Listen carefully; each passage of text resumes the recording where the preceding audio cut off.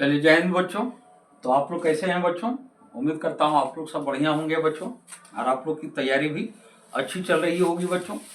तो आज तो लाइव क्लास निर्धारित था बच्चों, लेकिन किसी कारणवश आज लाइव क्लास नहीं हो पाया। तो आज हम इसको एक वीडियो के रूप में कर दे रहे हैं विदाउट लाइव, और फिर इसको चैनल में अपलोड कर दिया जाएगा बच्चों। तो आप लोग को पता है बच्चों कि इसके पहले अभी हम फिलहाल PYQ करवा रहे हैं बच्चों। तो PYQ मेरा है झारखंड माध्यमिक बोर्ड परीक्षा, और हम 2024 का करा रहे हैं बच्चों। तो अभी मेरा मैथमेटिक्स में चल रहा है। तो मेरा सेक्शन ए हो चुका है बच्चों, जो MCQ टाइप का था, मल्टीपल चॉइस क्वेश्चंस जो था ऑब्जेक्टिव टाइप का, वो आपका 30 क्वेश्चंस करा दिए गए थे बच्चों।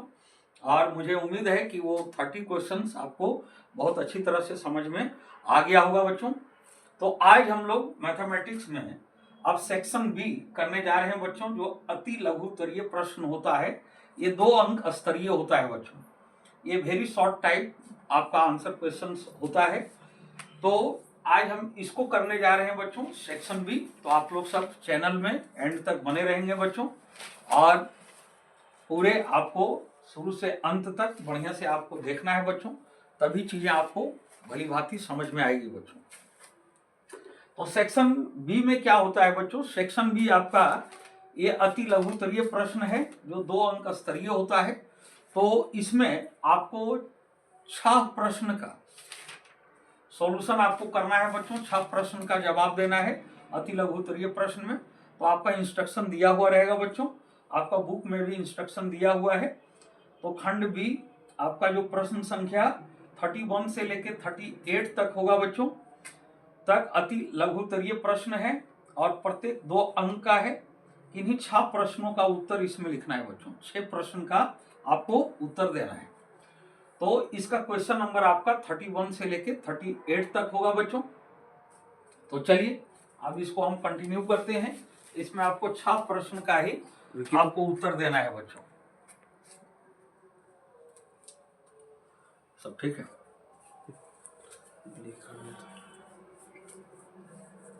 ठीक है, कंटिन्यू करें। चलिए बच्चों, तो आज PYQ हम देखते हैं 2024 का, और वो भी सेक्शन बी का देखते हैं बच्चों, अति लघु स्तरीय प्रश्न, वेरी शॉर्ट टाइप क्वेश्चंस का सॉल्यूशन देखते हैं कि किस टाइप से होगा बच्चों।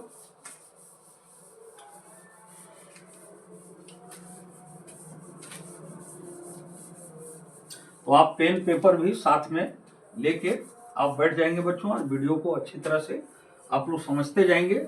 और आप नोट भी साथ में करना चाहते हैं तो कर सकते हैं, अन्यथा पहले आप बहुत अच्छी तरह से पहले आप समझ लीजिए, और समझ लेने के बाद तब फिर आप सारे सॉल्यूशन को आप पहले खुद करके देखेंगे बच्चों। एक बार अगर समझ गए तो, और खुद करने के बाद अगर प्रॉब्लम आएगी तो आप फिर वीडियो को देख सकते हैं, और देख के आप प्रॉपर नोट सॉल्यूशन आप इसका तैयार कर लेंगे बच्चों।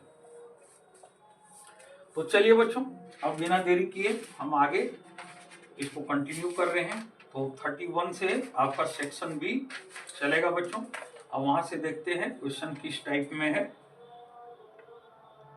हाँ,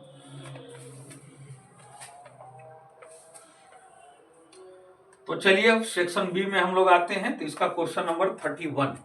तो क्वेश्चन 31 देखिए बच्चों, क्या कह रहा है, उसमें करना क्या है। क्वेश्चन 31 में है आपका बच्चों कि HCF 306,657 बराबर 9 दिया है। फिर आपका LCM 306,657 ज्ञात करना है। मतलब यहाँ पर 2 संख्याएं बच्चों, तो यहाँ पर आपको लिख लेना है। पहले आप विभेद लिख लीजिए बच्चों। तो यहाँ 2 संख्याएं आपका दिया हुआ है, पहली संख्या दूसरी संख्या करके आप लिख सकते हैं, नहीं तो एक बार ही आप 2 संख्याएं लिख सकते हैं। तो 2 संख्याएं यहां पर मेरा दिया हुआ है, और वो 2 संख्याएं कौन है बच्चों? तो वो 2 संख्याएं आपका 306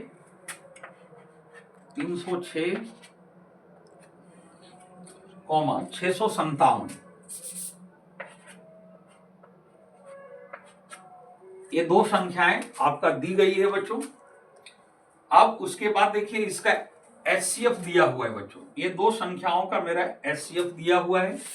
तो एचसीएफ कितना है बच्चों? तो ये दो संख्याओं का एचसीएफ आपका क्वेश्चन में है। क्वेश्चन में आपका 9 दिया हुआ है। तो हमको इसी का एलसीएम फाइंड करना है बच्चों।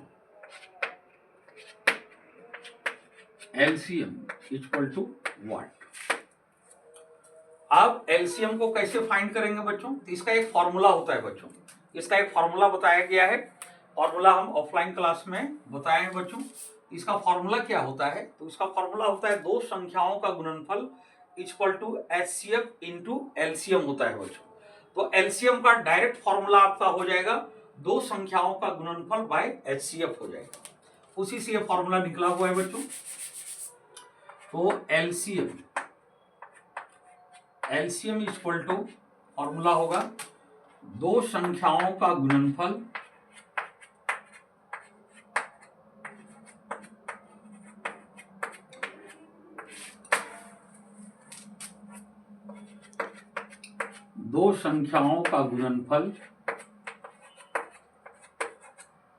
और आपको बटा में कर देना है बच्चों एचसीएफ। ये फॉर्मूला होता है बच्चों। अगर एचसीएफ निकालने का होगा तो दो संख्याओं का गुणनफल बटा एलसीएम हो जाएगा बच्चों। तो अब दो संख्याओं का गुणनफल, तो दो संख्या मेरा कौन कौन है बच्चों? तो एक है मेरा 306 और इंटू सेकेंड है मेरा बच्चों 306 के बाद सेकेंड संख्या है 657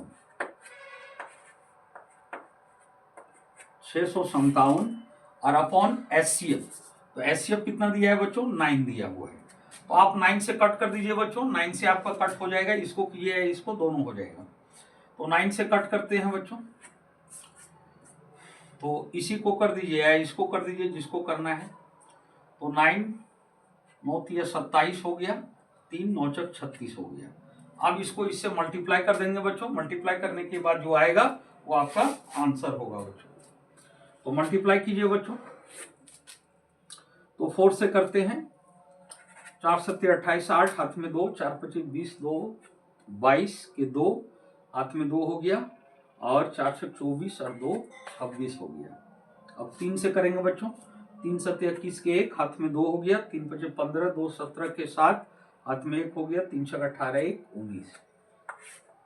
अब इसको जोड़ देंगे बच्चों। तो 8 हो गया, 3 हो गया, 3 हो गया, 7 6 13 3 हाथ में 9 2 11 12 के 2 हो गया, हाथ में 1 1 1 2। तो आपका आ गया बच्चों 22,338 आ गया। तो 22,338 ये आपका आंसर हो गया। तो उम्मीद करता हूं कि ये चीजें आपको समझ में आ गई होगी बच्चों। अब हम आते हैं नेक्स्ट क्वेश्चन की ओर। चलिए अब नेक्स्ट क्वेश्चन आते हैं। क्वेश्चन नंबर 32 में आते हैं। आगे देखिए अब बच्चों सवाल इसका।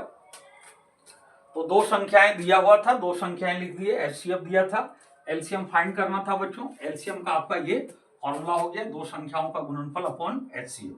इसको सॉल्व कर दिए, आपका आंसर हो गया बच्चों। अब चलिए अब हम लोग आगे आते हैं बच्चों। क्वेश्चन नंबर 32 में आते हैं।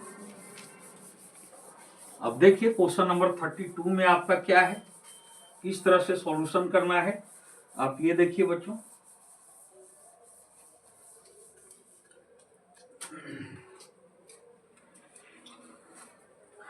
क्वेश्चन 32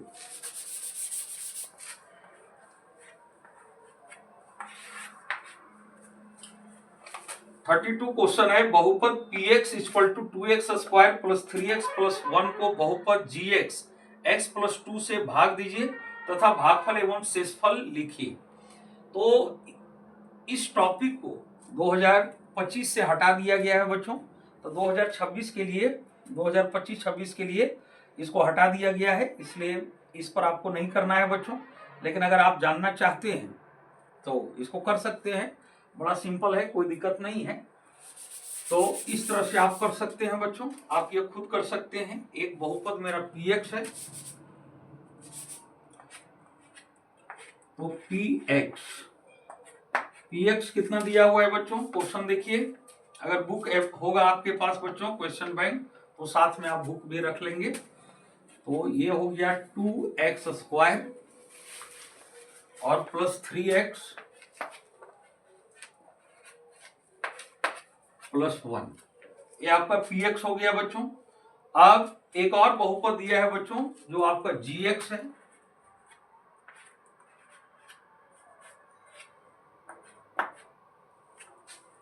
तो जी एक्स कितना दिया है बच्चों, जी एक्स आपका x प्लस 2 है। अब यहाँ क्वेश्चन में ये कह रहा है बच्चों कि बहुपद px को बहुपद gx से भाग दीजिए तथा भागफल एवं शेषफल ज्ञात कीजिए। यानी gx से हमको px में भागा देना है बच्चों, और भागा देने के बाद इसका भागफल और शेषफल निकालना है बच्चों। तो चलिए बच्चों, x प्लस 2, gx में आपका x प्लस 2 है, इससे हम डिवाइड करेंगे बच्चों 2x² प्लस 3x प्लस 1 को डिवाइड करेंगे बच्चों। तो डिवाइड का क्या तरीका है बच्चों, तरीका जो नहीं समझे हैं वो थोड़ा देखिए बच्चों ध्यान से। तो डिवाइड में आपको इस तरह से करना है बच्चों, जो हम ट्रिक बता रहे हैं, जो आइडिया बता रहे हैं उस अनुसार आप कीजिए। तो आपको इस तरह के बहुपद को डिवाइड करना बड़ा आसान लगेगा बच्चों। तो इसमें करना क्या है बच्चों, इसका फर्स्ट स्टेप पकड़ना है और इसका फर्स्ट पकड़ना है, और आपको सोचना है बच्चों कि x को हम कितना से मल्टीप्लाई कर दें। डिवाइड करना मतलब इससे हम यहाँ को मल्टीप्लाई करते हैं बच्चों, तो x को हम कितना से मल्टीप्लाई कर दें कि प्लस 2x² आ जाए। तो यहाँ भी प्लस है बच्चों, यहाँ भी प्लस, तो यहाँ भी प्लस होगा। शुरू में हम प्लस नहीं लिखेंगे, तो यहाँ पर x है और यहाँ पर 2x² है। तो इस जगह आप टेली कीजिए बच्चों, यहाँ पर आपका x है और इस जगह आपका 2x² है। तो 2 आपका घट रहा है बच्चों, तो 2 ले लीजिए। उसके बाद x का पावर 1 है, यहाँ x का पावर 2 है, तो एक x और घट रहा है, तो एक x ले लेंगे। तो इस तरह से भी आप सोच सकते हैं बच्चों। अगर डायरेक्ट आप नहीं सोच पाएंगे कि x को हम कितना से गुना करें कि 2x² होगा, तो आप दोनों को मैच कीजिए बच्चों। तो मैच में आपका 2 मैच नहीं हुआ, तो ये 2 को यहां ले जाना है, और यहां पर x का पावर 1 है बच्चों और यहाँ x का पावर आपका 2 है, तो एक x और घट रहा है बच्चों, तो एक और x वहां पर दे देंगे। अब ये 2x से ये दोनों मल्टीप्लाई करना है बच्चों, तो 2x को x से मल्टीप्लाई करेंगे तो 2x² होगा, और 2x को फिर प्लस 2 में गुना करेंगे बच्चों, तो 2 2 या 4x हो जाएगा। अब आपको पता होगा बच्चों कि डिवाइड में यहां पर घटाना पड़ता है बच्चों, सब्सट्रैक्शन करना पड़ता है। तो घटाने के लिए आपको पता होगा बहुपद में, अलजेब्रा में घटाने के लिए इसको हम घटाएंगे तो नीचे का साइन बदलना पड़ता है बच्चों। तो यहाँ पर प्लस है, साइन बदल जाएगा माइनस, यहाँ प्लस है तो माइनस हो जाएगा। उसके बाद देखिए, आप साइन बदलने के बाद यहाँ बीच वाले साइन का वैल्यू खत्म हो जाता है बच्चों। आपको नीचे और ऊपर का साइन देखना है, तो नीचे प्लस नीचे माइनस, और यहाँ प्लस है और दोनों सेम है बच्चों, एक माइनस प्लस है इसलिए कैंसिल आउट, ये आपका कैंसिल आउट हो जाएगा। अब यहाँ देखिए बच्चों, यहाँ बीच वाला चिन्ह का वैल्यू अब खत्म हो गया, क्योंकि अब इसका चिन्ह आपका माइनस हो गया, क्योंकि डिवाइड कर रहे हैं तो डिवाइड में यहाँ घटाना पड़ता है। तो अब इसका साइन प्लस से माइनस चेंज हो गया, अब ये साइन का वैल्यू नहीं रहा बच्चों। अब आपका नीचे और ऊपर साइन देखना है, तो नीचे आपका माइनस है बच्चों और ऊपर प्लस है, और माइनस जो है ये आपका बड़ा है बच्चों, इसकी राशि बड़ी है, ये 4x हो गया, तो 4x माइनस में है तो यहाँ माइनस होगा, एक माइनस दूसरा प्लस होता है बच्चों, तो आपको घटा देना है। तो 4x में 3x माइनस हो जाएगा बच्चों, तो माइनस x बचेगा, बड़ा का चिन्ह लगाना है बच्चों। तो 4 बड़ा है, इसका साइन माइनस है तो माइनस लगाना है। अब ये माइनस x हो गया, अब यहाँ पर प्लस 1 हो गया बच्चों। अब फिर हमको इससे इसमें डिवाइड करना है बच्चों, तो फिर वही आपको तरीका अपनाना है। इसका फर्स्ट पकड़िए और इसका फर्स्ट पकड़िए, और दोनों का फर्स्ट पकड़ने के बाद आप सोचिए बच्चों कि x को हम कितना से मल्टीप्लाई कर दें कि माइनस x आ जाएगा। तो x तो टेली कर रहा है बच्चों, बच रहा है मेरा -1, यहाँ कुछ नहीं तो यहाँ -1 है बच्चों, तो यहाँ -1 से देंगे, जो बच रहा है उसी से देंगे। तो -1 से देंगे बच्चों, तो -1 को x में मल्टीप्लाई करेंगे तो -x होगा, अब फिर -1 को +2 में करेंगे तो आपका -2 हो जाएगा, ये हो गया -2। अब क्या करना है बच्चों, डिवाइड में आपको साइन चेंज करना पड़ेगा, साइन चेंज कीजिए, यहाँ माइनस है तो प्लस हो जाएगा, और यहाँ फिर माइनस है तो प्लस हो जाएगा, क्योंकि यहाँ पर घटाना पड़ता है बच्चों, और घटाने के कारण ही साइन को चेंज करना होता है। तो अब साइन चेंज होगा तो ये बीच वाले साइन का वैल्यू खत्म हो जाएगा बच्चों। अब इसका साइन प्लस हो गया, तो आपको ये नीचे देखना है और ऊपर का साइन देखना है। तो एक प्लस एक माइनस है, दोनों सेम है, तो ये कैंसिल आउट। अब यहाँ पर देखिए बच्चों, यहाँ प्लस और ऊपर भी प्लस, दोनों प्लस है, तो दोनों ऐड हो जाएगा और मेरा 3 बच जाएगा। अब एक आइडिया और बताते हैं बच्चों कि हमको कैसे पता चलेगा बहुपद में, आपका अलजेब्रा में कैसे पता चलेगा कि मेरा शेषफल बच गया, रिमाइंडर आ गया, ये कैसे पता चलेगा। तो उसके लिए आपको क्या करना है बच्चों, आपको यहां देखना है और यहां देखना है। तो संख्या में तो आपको पता है बच्चों, जो अंकगणित में आप संख्या वाला भाग करते हैं, तो उसमें से आप देखते हैं कि यहां से जब यहाँ छोटी संख्या आ जाती है, यहां से कम आ जाती है संख्या, तो शेष बच जाता है बच्चों। तो अब हम बहुपद में कैसे जानेंगे बच्चों, तो बहुपद में जानने का तरीका है, आप बताइए बच्चों कि इस बहुपद का घात कितना है। तो इस बहुपद का घात 1 है बच्चों। और बहुपद का घात कौन होता है, तो बहुपद का घात आपका होता है उस बहुपद का जो मैक्सिमम पावर होगा बच्चों, वही उस बहुपद का घात होता है। तो यहां पर देखिए बच्चों, यहाँ x का पावर 1 है और यहाँ पर आपका चर है नहीं, वेरिएबल है नहीं, इसलिए यहाँ के पावर को 0 माना जाता है बच्चों, चर का पावर 0 माना जाता है। तो अधिकतम घात 1 है, यानी इस बहुपद का घात मेरा 1 हो गया। अब यहाँ के घात से अगर यहाँ का घात पावर अगर कम आ जाए, तो आप समझ जाएंगे बच्चों कि शेष बच गया। तो यहाँ का घात मेरा 1 हो गया। तो घात किसको कंसिडर किया जाता है बच्चों, तो घात में कोई भी बहुपद में चर राशि का जो मैक्सिमम घात होता है, अधिकतम घात, वो उस बहुपद का घात होता है बच्चों। तो यहाँ x का घात 1 है, यहाँ x नहीं है, इसलिए यहाँ का घात 0 माना जाएगा। तो मैक्सिमम घात 1 हुआ, यानी इस बहुपद का घात 1 हो गया। अब यहाँ से आप यहाँ देखिए, तो यहाँ पर आपका चर राशि नहीं है बच्चों, तो चर राशि नहीं है तो उसका घात हम 0 लेंगे बच्चों। तो यहाँ के घात से यहाँ का घात अगर कम हो गया, तो आप जान जाइए कि शेषफल मेरा बच गया। अब यहाँ भागफल और शेषफल दोनों लिखने के लिए कह रहा था बच्चों, अब यहाँ पर हम लिखेंगे अतः भागफल बराबर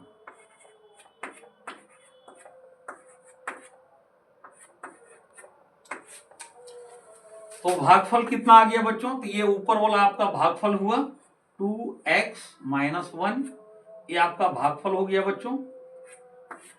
और शेषफल कितना हुआ बच्चों, तो शेषफल इसका 3 हो गया, शेषफल आपका 3 हो गया और यही आपका आंसर हो गया। उम्मीद करता हूं कि ये चीजें आप लोग को समझ में आ गई होगी बच्चों। अब हम नेक्स्ट क्वेश्चन की ओर आते हैं। तो नेक्स्ट क्वेश्चन देखिए बच्चों कि उसमें क्या है और किस तरह से हमको करना है बच्चों। तो एक क्वेश्चन आप लोग को समझ में आ गई होगी बच्चों। तो डिवाइड कहीं भी अगर आ जाए तो इस तरह से आपको करना है बच्चों। ये शायद इस साल के लिए डिवाइड आपका हटा दिया गया है बच्चों, और ये हमको लगता है 2025 से ही हटाया हुआ है। तो चलिए एक जान गए जानकारी क्वेश्चन, अगर कभी बाई चांस पूछ दिया जाए तो आप ऐसे कर लेंगे बच्चों।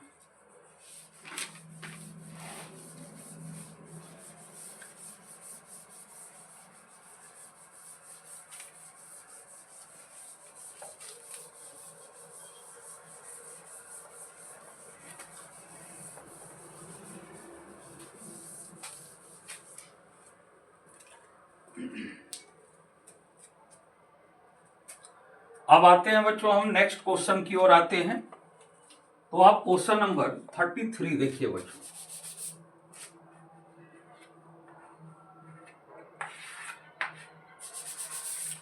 क्वेश्चन 33 देखिए बच्चों, इसमें आपका क्या है, तो दो संपूरक कोणों में बड़ा कोण छोटे कोण से 18 डिग्री अधिक है, उन्हें ज्ञात करना है।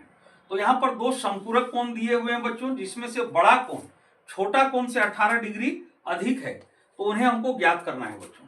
तो यहाँ पर वो संपूरक कोण कौन सा है ये हमको अभी पता नहीं है बच्चों, तो इसको हम पहले मानेंगे। तो माना कि तो संपूरक कोण में बड़ा कोण और छोटा कोण की बात किया है बच्चों, तो आप मान लेंगे माना कि बड़ा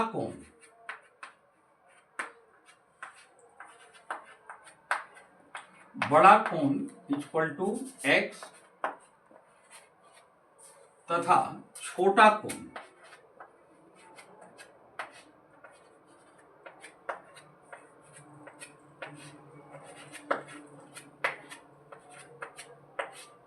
छोटा कोण बराबर y। अब आते हैं बच्चों, बड़ा कोण x मान लिए तथा छोटा कोण y। अब प्रश्न से, अब ये जो बड़ा छोटा कोण है बच्चों, ये संपूरक कोण है। तो आपको पता होगा बच्चों, कि संपूरक कोण किसको कहा जाता है। तो यदि दो कोणों की मापों का योग 180 डिग्री हो, 180 डिग्री हो, तो उसे संपूरक कोण कहा जाता है बच्चों। तो प्रश्न से, तो संपूरक कोण में से हम बड़ा कोण को x माने हैं बच्चों, छोटा कोण को y माने हैं, और ये संपूरक कोण है।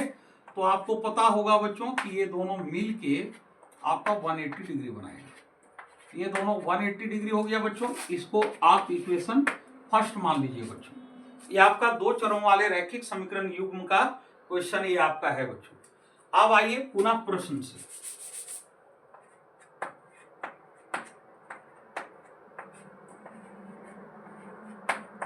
पुनः प्रश्न से, तो एक तो हो गया बच्चों जो संपूरक कोण का हम बड़ा कोण और छोटा कोण माने, ये दोनों मिलके 180 डिग्री होगा, एक ये हो गया। अब हम आते हैं पुनः प्रश्न से। अब आगे क्वेश्चन में क्या करता है बच्चों, सो देखिए। तो क्वेश्चन में यहां पर कह रहा है दो संपूरक कोणों में बड़ा कोण छोटे कोण से 18 डिग्री अधिक है। तो दो संपूरक कोण में बड़ा कोण, तो बड़ा कोण को हम x लिए हैं बच्चों। ए बराबर है किसका, तो छोटे कोण से 18 डिग्री अधिक है बच्चों। तो छोटा कोण हम क्या माने हैं y। तो इससे मेरा 18 डिग्री अधिक है, तो यहां पर प्लस 18 डिग्री कर देंगे। यानी बड़ा कोण जो है छोटे कोण से 18 डिग्री अधिक है, यानी बड़ा कोण इक्वल है छोटा कोण जितना होगा उसके 18 डिग्री ज्यादा। तो x बराबर y प्लस 18 डिग्री हो गया बच्चों। अब यहां पर आप ऐसे कीजिए, y को इस साइड कर दीजिए बच्चों। तो x minus y equal to 18 degree हो गया बच्चों। ये आपका इक्वेशन सेकेंड हो गया। आप क्या करना है बच्चों, आप इक्वेशन सॉल्व करने जानते होंगे बच्चों। इक्वेशन को सॉल्व करने का आपका 4 मेथड है बच्चों, जिसमें एक ग्राफिकल होता है बच्चों, और फिर एक मेथड होता है बीजगणितीय के अंदर, और बीजगणितीय के अंदर फिर आपका उसके अंदर 3 मेथड आ जाते हैं बच्चों। एक होता है आपका प्रतिस्थापन, दूसरा अगला होता है विलोपन, और तीसरा होता है वज्र गुणन विधि।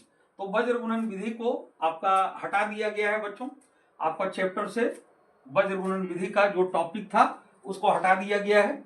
तो फिलहाल हमको समीकरण हल करने का आपका 3 विधि, एक ग्राफिकल मेथड हो गया बच्चों, एक प्रतिस्थापन और एक विलोपन। तो प्रतिस्थापन और विलोपन एक तरह का बीजगणितीय विधि के अंदर आता है, और एक आपका ग्राफिकल मेथड हो गया बच्चों। तो अब इसको जो विधि आपको अच्छा लगता है बच्चों, प्रतिस्थापन या विलोपन, इसमें से जो विधि आपको मेथड अच्छा लगता है उस मेथड से आप सॉल्व कर सकते हैं। ग्राफिकल भी सॉल्व कर सकते हैं, लेकिन सबसे अच्छा मेथड विलोपन रहेगा बच्चों। आप विलोपन विधि से सॉल्व कीजिए, उसमें ज्यादा इजी पड़ता है बच्चों।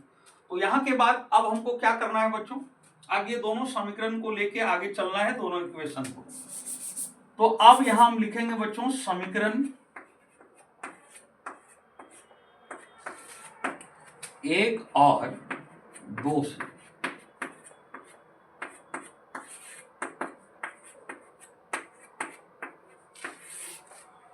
समीकरण 1 और 2 से देखिए बच्चों, 1 और 2 में हम लोग आते हैं। अब इधर जगह बनाते हैं बच्चों, इसको हम मिटा देते हैं।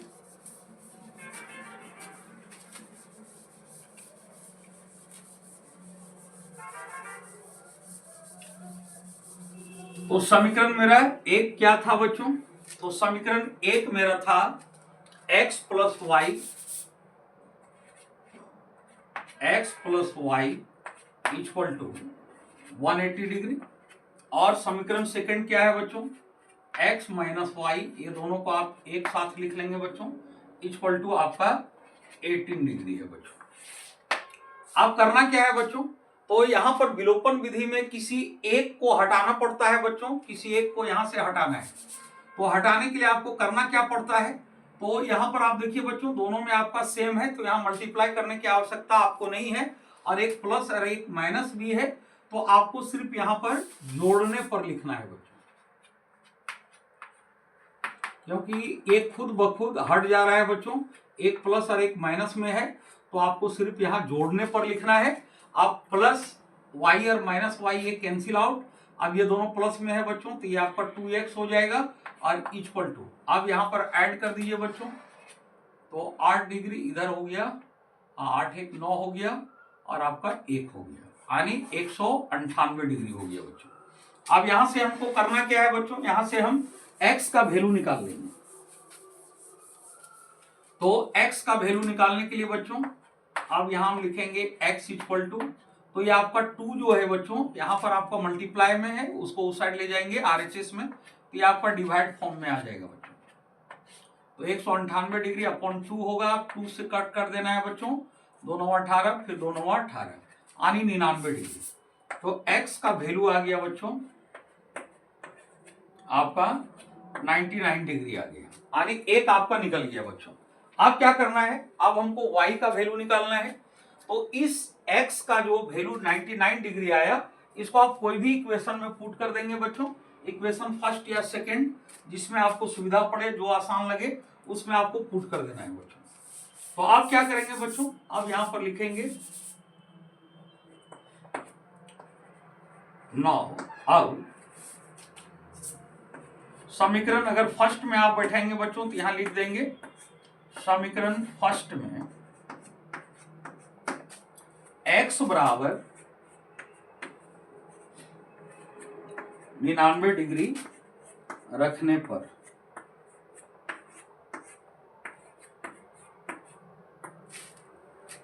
समीकरण फर्स्ट में x बराबर 99 डिग्री रखना है बच्चों। तो समीकरण फर्स्ट क्या है बच्चों, तो x plus y equal to 180 degree. अब यहां पर x का वैल्यू बच्चों 99 डिग्री हमको पुट करना है, तो x की जगह आपका 99 डिग्री होगा बच्चों, और plus y equal to 180 degree. अब हमको यहां से y फाइंड कर लेना है बच्चों, तो इधर कर देते हैं। तो y फाइंड करेंगे तो 99 को RHS की ओर ले जाएंगे बच्चों, तो y इक्वल टू हो जाएगा 180 डिग्री माइनस 99 डिग्री। अब माइनस कर दीजिए बच्चों, तो y इक्वल टू आपका आ जाएगा 10 में 9 1 हो जाएगा, और फिर यहाँ कितना बच गया बच्चों 7, 17 में 9 8, यानी 81 डिग्री हो जाएगा बच्चों। अब करना क्या है, आप दोनों को एक साथ लिख के आंसर कर दीजिए बच्चों। अतः x इक्वल टू, तो x इक्वल टू आपका 99 डिग्री आ गया बच्चों, और y इक्वल टू आपका 81 डिग्री आ गया, एंड y इक्वल टू, और यही आपका आंसर हो गया बच्चों। आपका आंसर सही है या गलत, इसको जांचने के लिए ये दोनों संपूरक कौन है बच्चों, दोनों को ऐड कीजिए, 180 आना चाहिए। तो 9 1 10 0 और 9 17 18, आपका 180 डिग्री आ जाएगा। तो उम्मीद करता हूं कि ये क्वेश्चन आपको समझ में आ गया होगा बच्चों। अब हम आगे क्वेश्चन की ओर आते हैं, इसको देख लीजिए बच्चों, कहीं किसी तरह का प्रॉब्लम तो नहीं होना चाहिए। तो चलिए बच्चों अब हम आगे क्वेश्चन की ओर बढ़ते हैं बच्चों। अब क्वेश्चन नंबर मेरा चलेगा 34 चलेगा बच्चों। तो अब इसको मिटा दे रहे हैं बच्चों।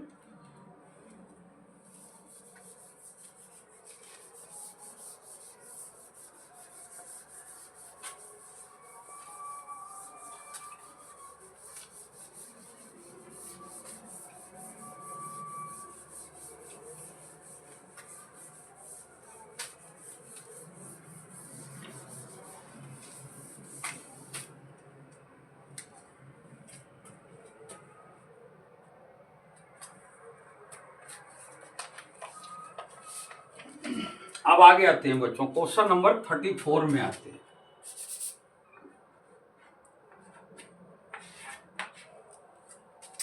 क्वेश्चन 34 देखिए, 34 में क्या है बच्चों, तो 34 में आपका क्वेश्चन है AP3, 15, 27, 39 डॉट डॉट का कौन सा पद उसके 54वें पद से 132 अधिक होगा। तो एपी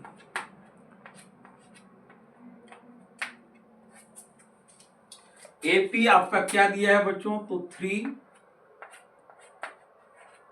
15, 27 और फिर 39 कॉमा फिर डॉट डॉट है बच्चों। ये आपका एपी दिया हुआ है। अब इसमें कह रहा है कि इसका कौन सा पद उसके 54वें पद से 132 अधिक होगा। तो अब यहां पर हम लिख लेते हैं बच्चों कि यहां पर मेरा क्या क्या मालूम है। तो हियर यहां a इक्वल टू 3 है बच्चों, तो a इक्वल टू 3 लिख देंगे। a होता है जो फर्स्ट टर्म है बच्चों, वो आपका a होता है। अब इसे हम d फाइंड कर लेंगे बच्चों। तो d का फॉर्मूला आपको पता है बच्चों, कोई भी दो क्रमागत पदों का अंतर कर देना है, कॉमन डिफरेंस। तो सबसे बढ़िया रहेगा सेकंड में फर्स्ट को कर दीजिए, तो a2 माइनस a1। तो आपका a2 कितना है बच्चों, तो a2 आपका 15 है और माइनस a1 3 है बच्चों। तो 15 माइनस 3 इक्वल टू 12 हो जाएगा। ये आपका डी हो गया बच्चों। अब कह रहा है कि इस एपी का कौन सा पद, कौन सा टर्म उसके 54वें पद से 132 अधिक होगा। तो यहां पर क्वेश्चन के अकॉर्डिंग क्वेश्चन कह रहा है एपी 3, 15, 27, 39 का कौन सा पद उसके 54वें पद से 132 अधिक होगा। तो कौन सा पद, तो उसको हम लोग मान लेंगे बच्चों। तो यहां पर मानेंगे,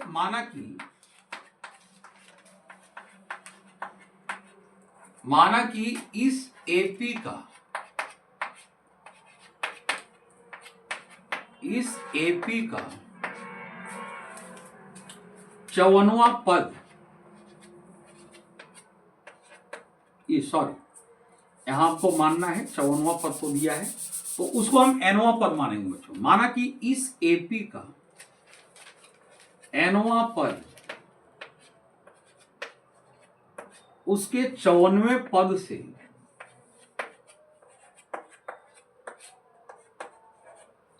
उसके 54वें पद से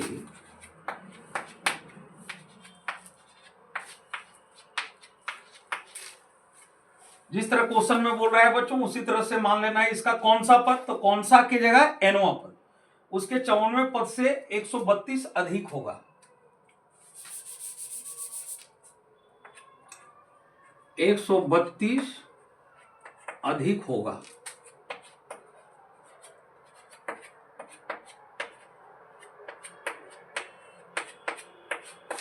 अब ये मान लिए बच्चों, माना कि इस एपी का nवां पद उसके 54वें पद से 132 अधिक होगा। तो इसको हम एक लैंग्वेज में माने हैं बच्चों, अब इसको मैथमेटिकल फॉर्म में ले आना है बच्चों। तो मैथमेटिकल फॉर्म में कैसे लाएंगे बच्चों, तो यहां से आएगा। माना कि इस एपी का nवां पद उसके 54वें पद से 132 अधिक होगा। यहां से आप मैथमेटिकल फॉर्म में लाएंगे बच्चों। तो nवां पद के लिए हम लिखेंगे बच्चों an। तो nवां पद उसके 54वें पद से 132 अधिक होगा। तो nवां पद यानी an इक्वल टू उसके 54वें पद, तो 54वें पद के लिए हम a54 लिखेंगे बच्चों। 54वें पद से 132 अधिक होगा, तो अधिक बोल रहा है तो आप प्लस का साइन देंगे। कितना अधिक, 132, तो प्लस 132 कर देंगे। यहां पर आपको सेटिंग में ध्यान रखना है बच्चों। तो इसके लिए आपको इस पर सिर्फ आपको ध्यान रखना है, nवां पद उसके 54वें पद से 132 अधिक होगा। तो nवां पद, अब इसको मैथमेटिकल में रिप्रेजेंट करेंगे तो nवां पद के लिए an लिखेंगे, उसके 54वें पद के लिए तो यहां इक्वल टू का साइन देंगे क्योंकि ये nवां पद इसके बराबर दिया हुआ है बच्चों।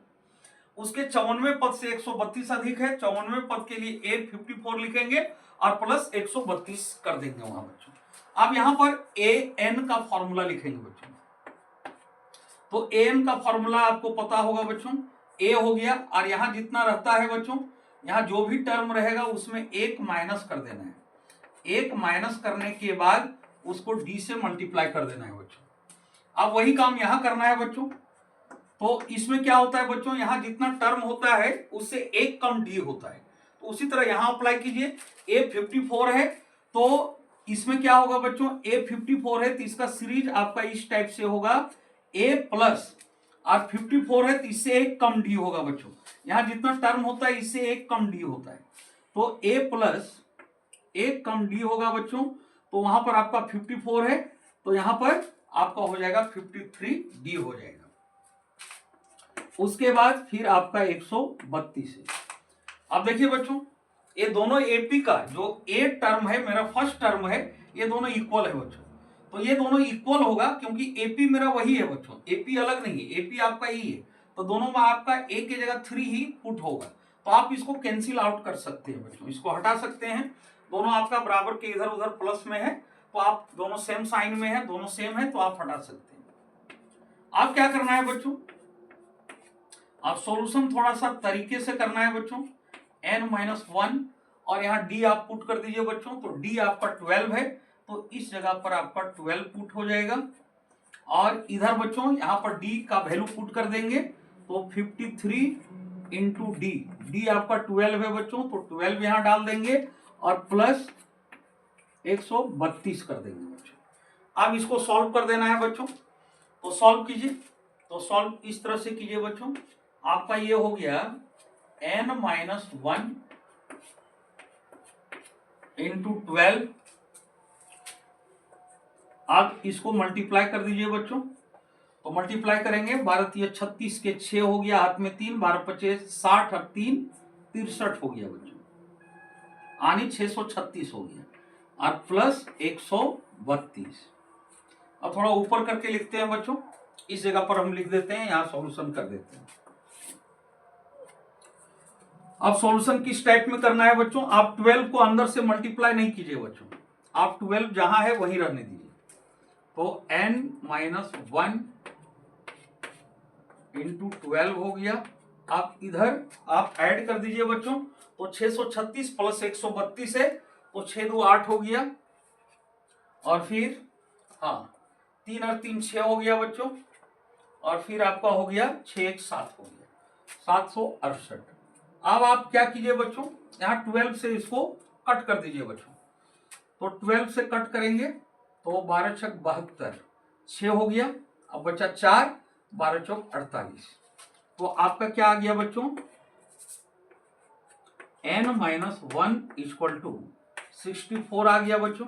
आप क्या करना है, n को इधर ही रखना है, 1 को उधर ले जाएंगे बच्चों, तो 64 प्लस 1 होगा।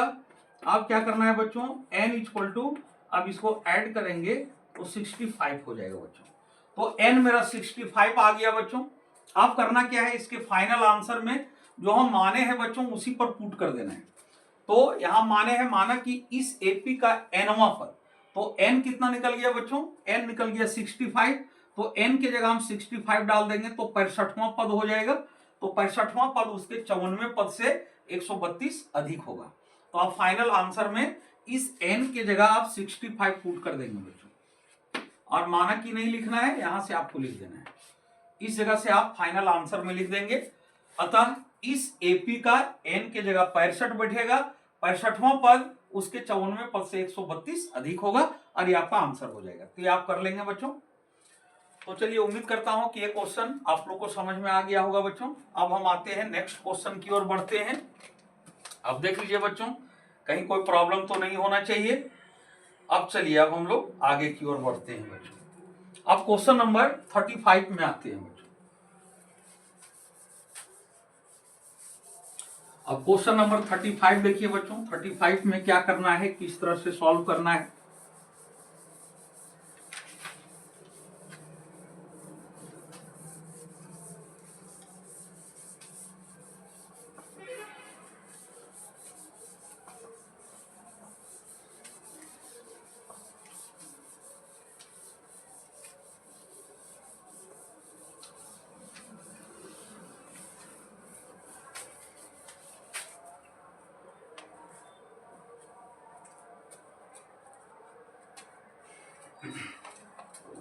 अब देखिए बच्चों, 35 में आपका क्या कह रहा है, क्वेश्चन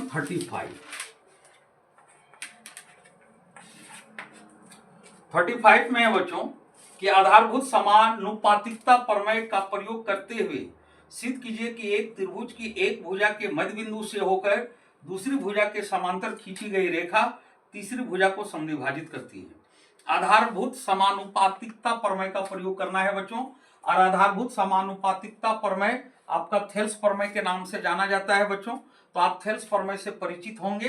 अब उसी कॉन्सेप्ट को अप्लाई करके हमको इस सवाल को सॉल्व करना है बच्चों। तो सबसे पहले यहां पर देखिए, सबसे पहले आधारभूत समानुपातिकता प्रमेय का प्रयोग करके सिद्ध कीजिए कि एक त्रिभुज की एक भुजा के मध्य बिंदु से होकर। तो चलिए बच्चों पहले हम एक त्रिभुज लेंगे।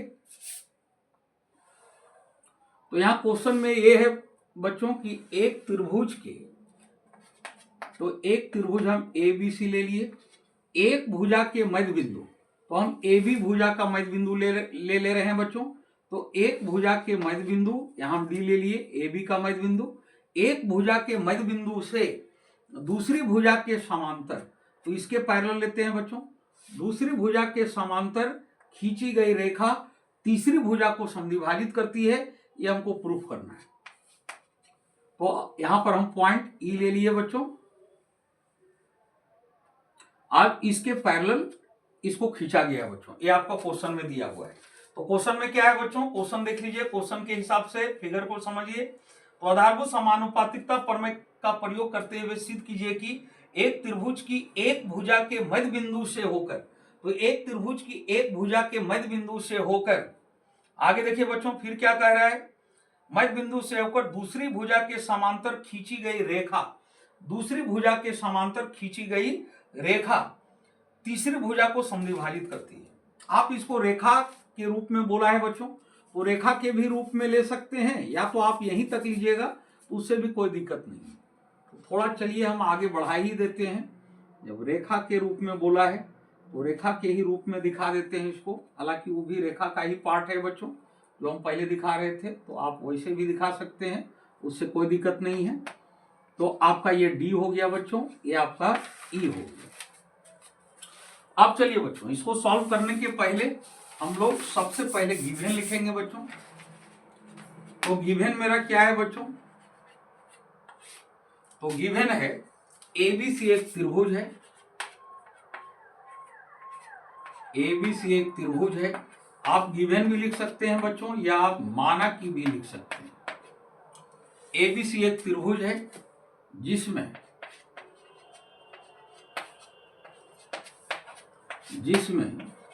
भुजा AB का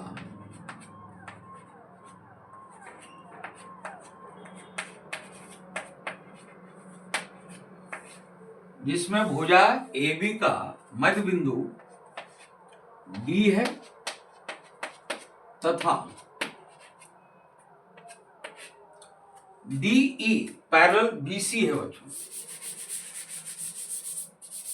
तथा DE पैरेलल BC। आप यहां लाइन भी लिख सकते हैं, अगर उसको एक लाइन मानते हैं बच्चों तो L पैरेलल BC लिख सकते हैं, तो L पैरेलल BC होगा, तो आपका D पैरेलल भी BC हो जाएगा बच्चों। मध्य बिंदु D है तथा D पैरेलल BC है।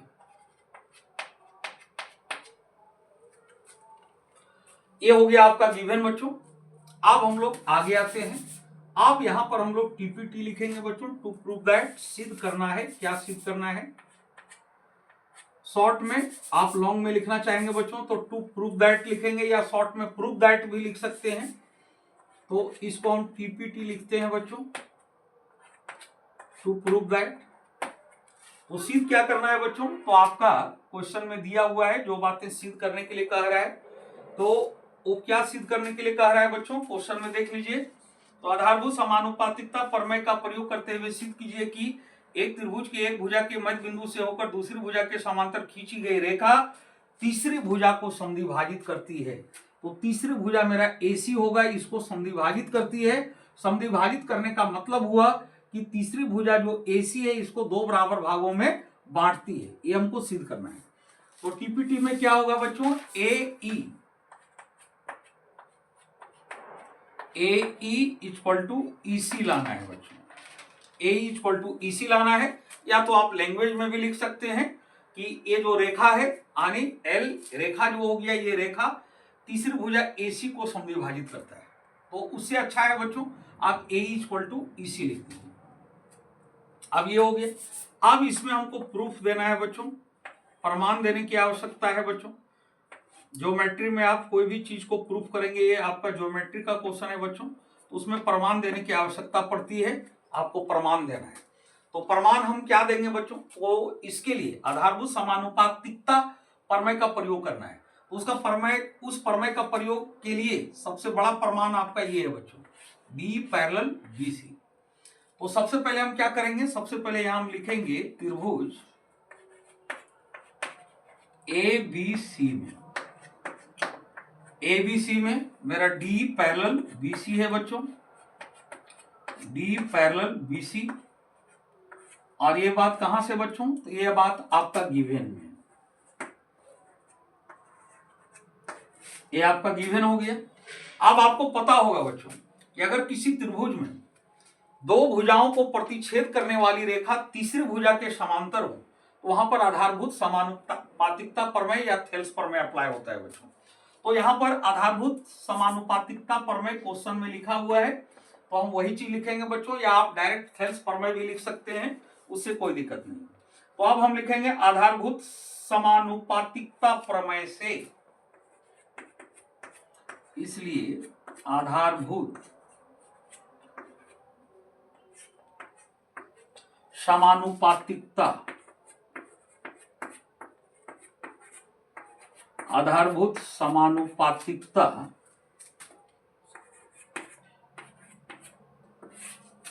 प्रमेय से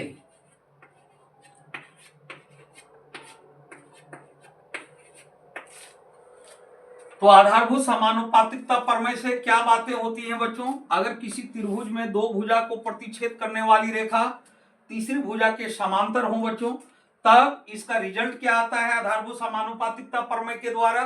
तो रिजल्ट आपका ये आता है बच्चों, आपका ये भुजाएं जो होंगी ये एक ही अनुपात में विभाजित हो जाएंगे बच्चों।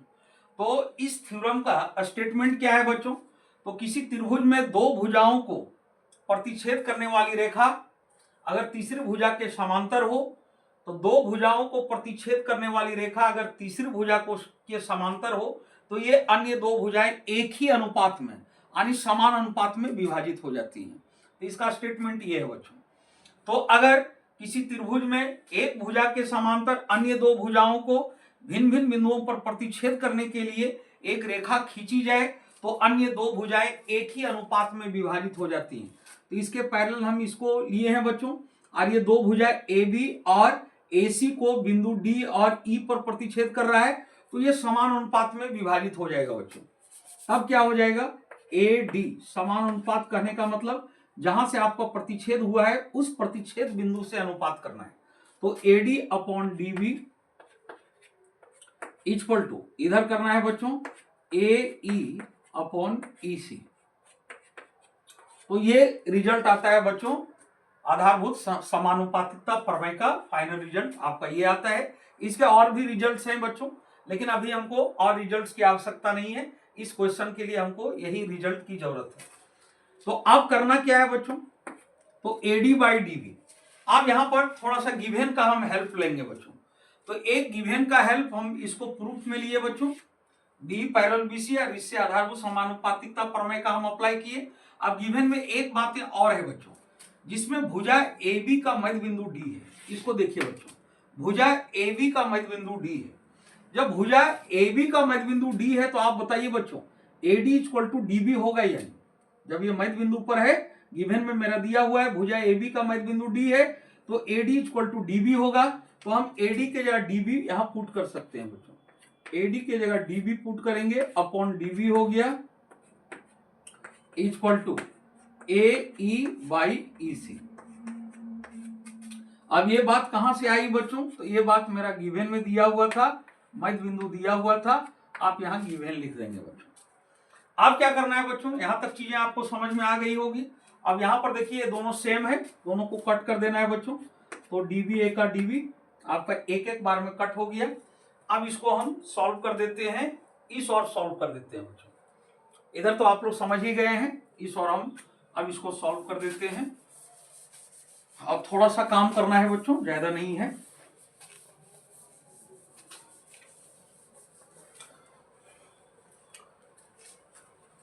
तो अब क्या आ गया बच्चों, इधर मेरा कट करने के बाद, तो कट करने के बाद ये चीजें आ गई बच्चों, 1/1 equal to A upon E C.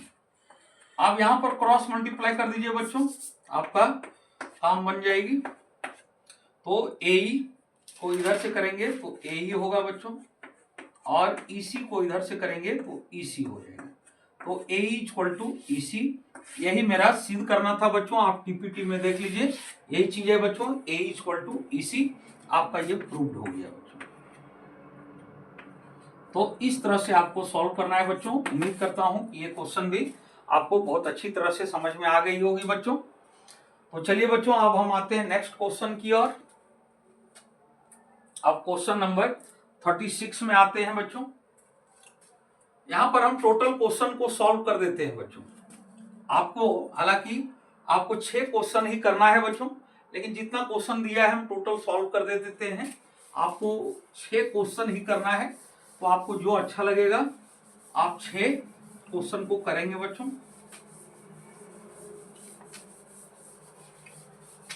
अब ये आपका 24 का हम बता रहे हैं बच्चों। तो आपका एनुअल एग्जाम जैक बोर्ड 24 का हम बता रहे हैं। तो उस टाइम की ये बातें थी। अब इंस्ट्रक्शन के अनुसार हम एक आपका करंट ईयर का भी बताएंगे बच्चों। तो करंट ईयर का बताएंगे, वहां आपका सारी बातें रिफ्रेश हो जाएगी कि कौन कौन सा चीज को हटाया गया है और कौन कौन से चीज को रखा गया है। एक अभी हम जो डिवाइड वाला एक बताए बच्चों, भागफल और शेषफल वाला, इसको थोड़ा सा आप देख लीजिएगा कि चैप्टर में रखा है कि नहीं। थोड़ा सा इसको आप देख लीजिएगा कि इसको हटाया है या चैप्टर में रखा है। जो हम आपका बताए थे, शायद वो 30 कितना में था,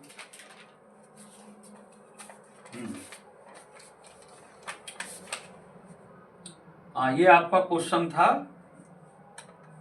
32 में था बच्चों। तो 32 वाला आप देख लेंगे कि इसको रखा है या हटाया है।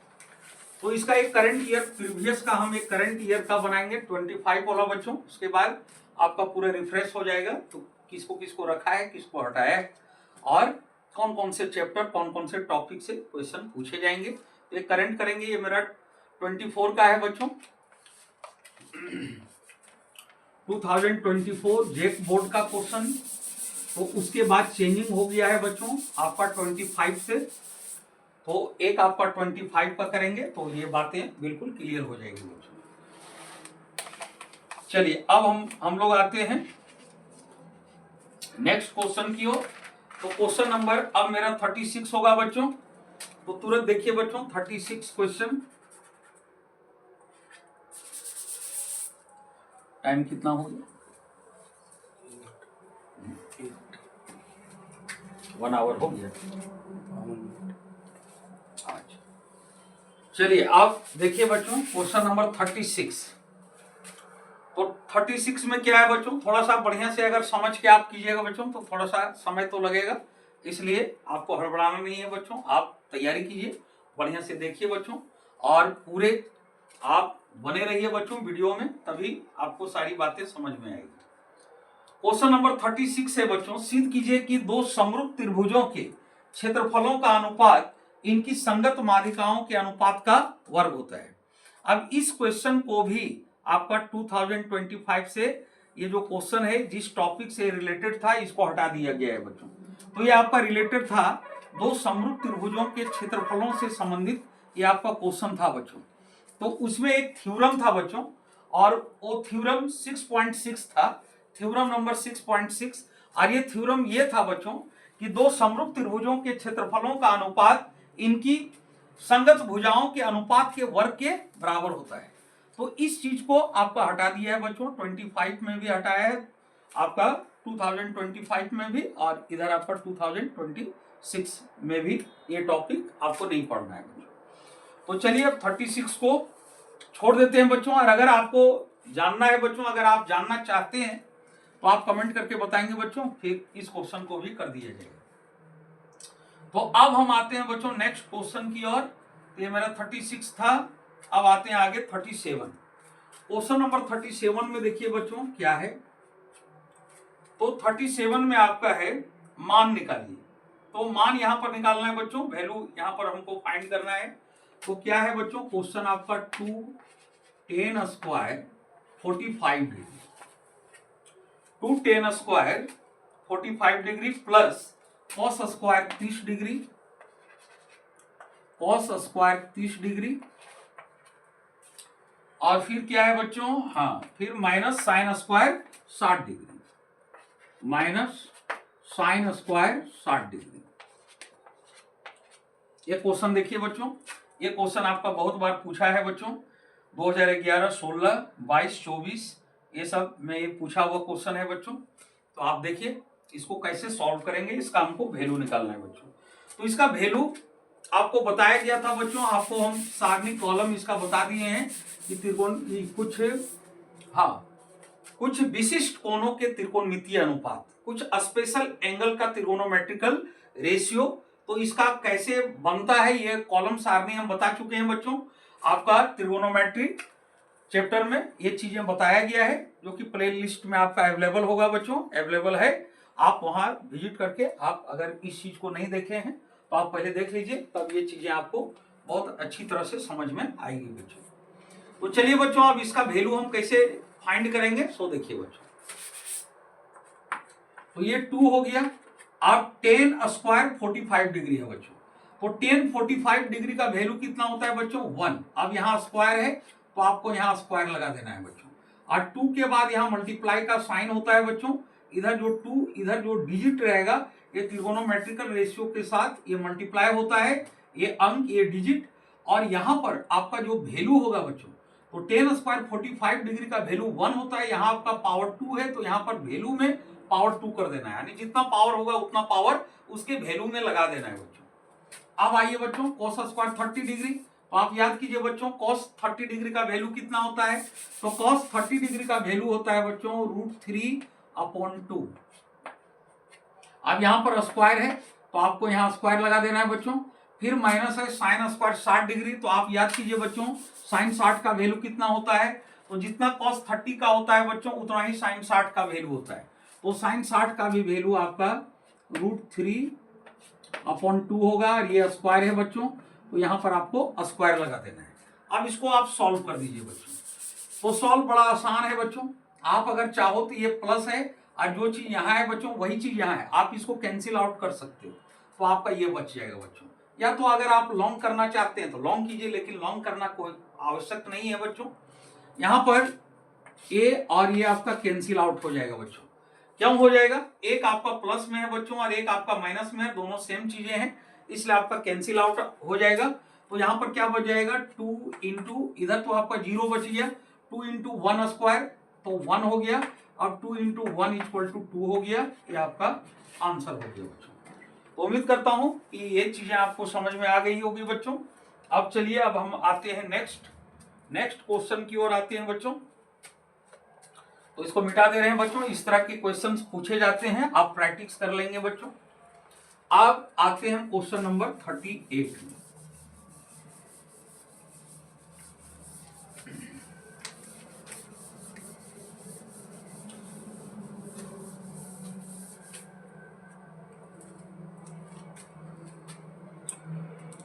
अब देखिए बच्चों 38 में क्या है आपका, तो 38 में आपका प्रायिकता का क्वेश्चन है बच्चों, प्रायिकता चैप्टर का, प्रोबेबिलिटी चैप्टर का है बच्चों।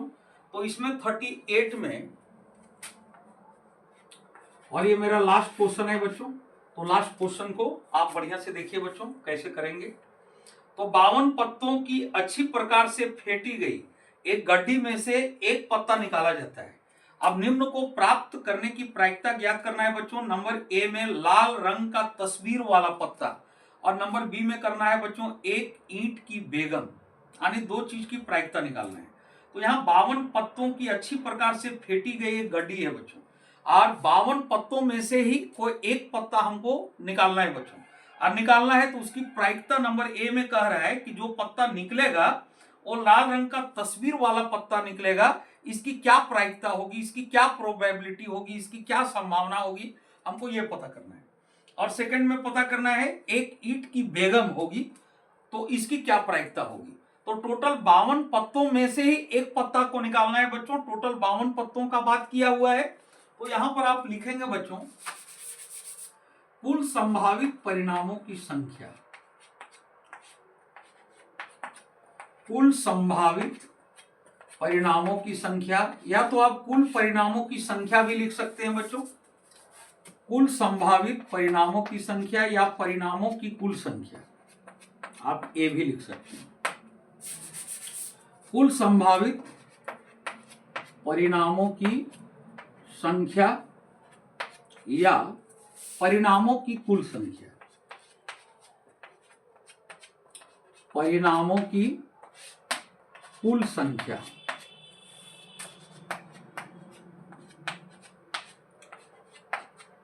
तो परिणामों की कुल संख्या, तो कुल आपका 52 है बच्चों।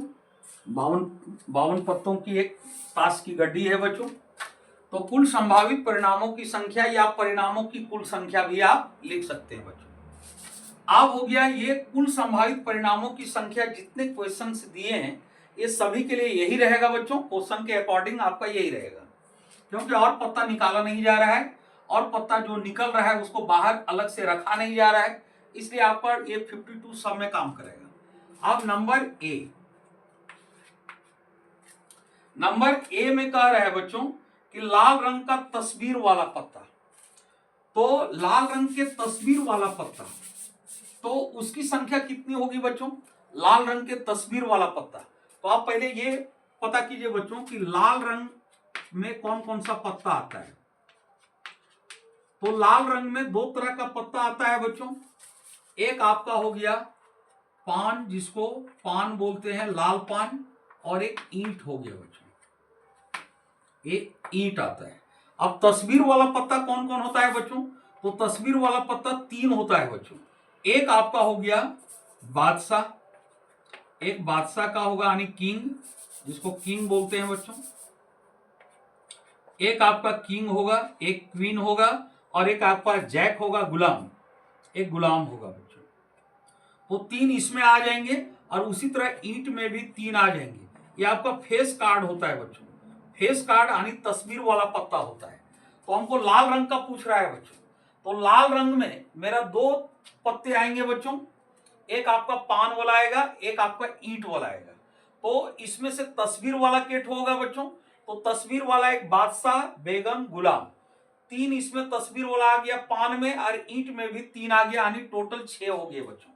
तो नंबर ए में हम लिखेंगे ई के अनुकूल परिणामों की संख्या। फॉर्मूला के अकॉर्डिंग हम लिख रहे हैं बच्चों, ई के अनुकूल परिणामों की संख्या। या तो आप डायरेक्ट लिख सकते हैं बच्चों लाल रंग के तस्वीर वाले पत्तों की संख्या, आप ऐसे भी लिख सकते हैं। लेकिन यहां हम जो भी लिख रहे हैं बच्चों फॉर्मूला के अकॉर्डिंग, जो आपका एनसीईआरटी में मेंशन है उसके अनुसार से हम लिख रहे हैं बच्चों। तो ई के अनुकूल परिणामों की संख्या, ई के अनुकूल परिणामों की संख्या यानी घटना के अनुकूल, इवेंट के अनुकूल जो हमको फाइंड करना है, तो उसके लिए आप अगर फॉर्मूला के अकॉर्डिंग लिखेंगे बच्चों तो आपको इस तरह से लैंग्वेज का यूज करना है। ये आपके सारे सवाल में इस तरह के लैंग्वेज आप यूज कर सकते हैं बच्चों। या तो एक तरीका और है जिसका निकालने का है, उसी का संख्या लिख देना है।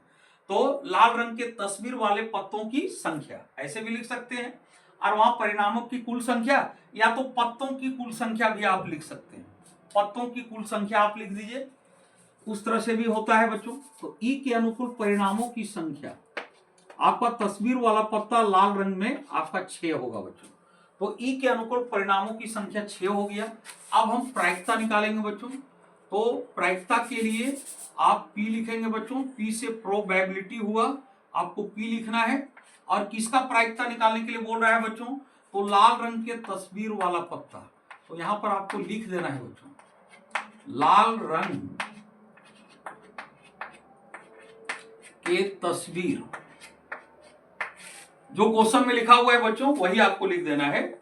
तो क्वेश्चन में आपका यही है, हाँ, नंबर ए में लाल रंग का तस्वीर वाला पत्ता, लाल रंग का तस्वीर वाला पत्ता।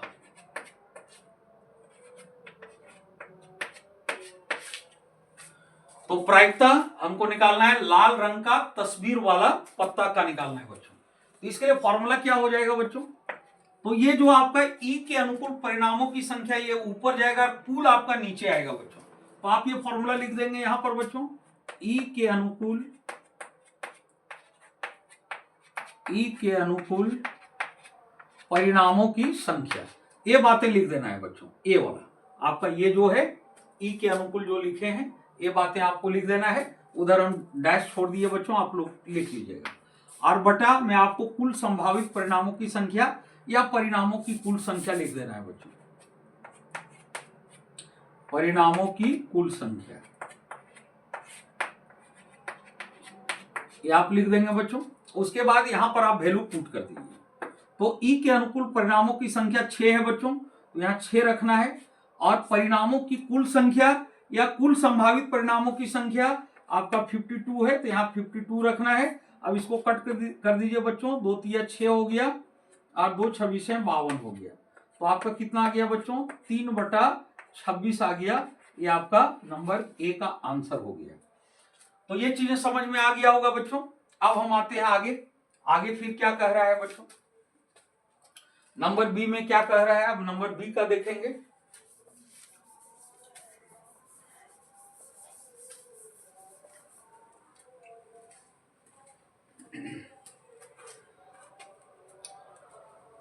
तो नंबर बी में देखिए बच्चों क्या कह रहा है। नंबर बी कुल दोनों में वही काम करेगा बच्चों, क्योंकि इसमें क्वेश्चन में कुछ आगे किया नहीं गया है, तो कुल आपका सब में वही काम करेगा। अब नंबर बी में कह रहा है बच्चों, नंबर बी का सवाल देखिए आप।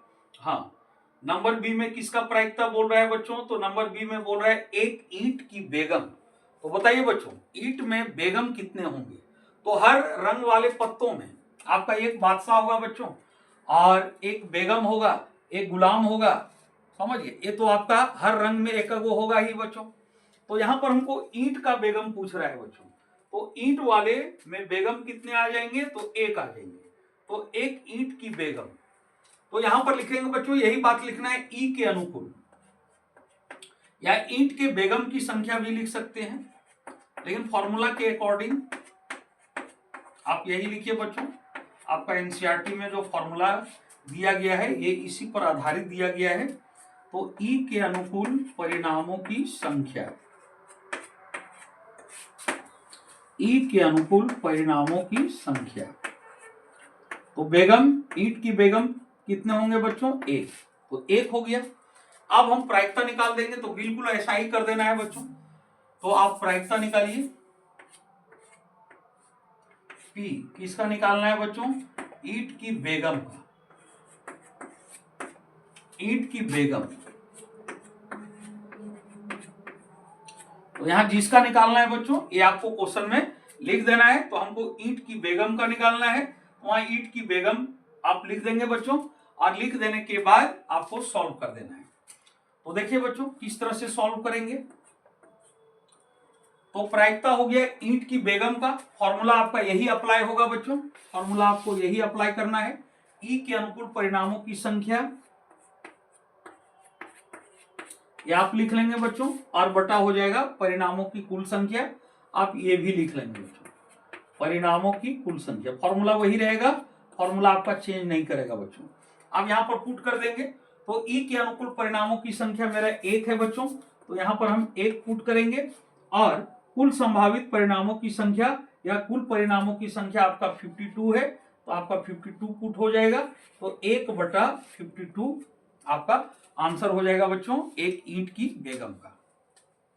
तो इस तरह से आज मेरा वेरी शॉर्ट टाइप क्वेश्चन का सॉल्यूशन हो गया बच्चों। तो उम्मीद करता हूं कि आपको चीजें भली भांति समझ में आ गई होगी बच्चों। क्योंकि समय ज्यादा हो रहा है बच्चों, तो इसलिए अब हम यहीं एंड करते हैं।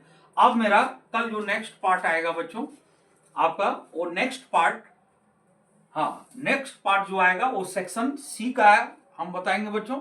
और सेक्शन सी आपका लघुत्तरीय प्रश्न है बच्चों, यानी शॉर्ट टाइप का क्वेश्चन है, जो कि प्रत्येक क्वेश्चन 3 मार्क्स के होते हैं। तो कल हम 3 मार्क्स वाले क्वेश्चन को कराएंगे बच्चों। तो उम्मीद करता हूं कि आपको चीजें बहुत अच्छी तरह से समझ में आ गई होगी बच्चों।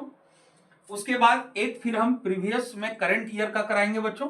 उसके बाद सारी बातें क्लियर हो जाएगी कि आपका किस तरह के क्वेश्चन पूछे जाएंगे, कौन कौन से टॉपिक हटाया गया है, कौन कौन से चैप्टर को हटाया गया है, ये आपका रिफ्रेश हो जाएगा बच्चों। तो बाद बाकी बच्चों एक सवाल जो आपका सिलेबस से नहीं था उसको हम छोड़े हैं, अगर उसको आप जानना चाहते हैं अगर, तो आप कमेंट करके बताएंगे बच्चों, उसको भी कर दिया जाएगा। और बाद बाकी एक सवाल पर जो हम बोले थे कि ये सवाल शायद हटा दिया गया है, तो आप उसको बुक में देख लेंगे बच्चों। बुक में देख लेने के बाद अगर वो होगा तो आप उसका भी तैयारी अच्छी तरह से कर लेंगे बच्चों। उसके बाद एक हम जो 25 का करेंगे उसमें आपकी सारी बातें क्लियर हो जाएगी बच्चों। तो आप यहीं एंड करते हैं बच्चों। आप लोग खुश रहिए बच्चों और मन लगा के पढ़िए और बिल्कुल तनाव रहित पढ़ाई आपको करना है बच्चों। ज्यादा तनाव आपको नहीं लेना है, ज्यादा प्रेशर नहीं लेना है। आप अच्छी तरह से आप मेहनत करते जाइए, आपकी तैयारी बहुत अच्छी हो जाएगी। इसमें किसी तरह का प्रॉब्लम नहीं है बच्चों। आप सबों की तैयारी अच्छी ही है, इसमें किसी तरह का नो डाउट। आप फ्री माइंड से उसको तैयारी करते जाएं बच्चों। तो आज यहीं तक बच्चों, जय हिंद।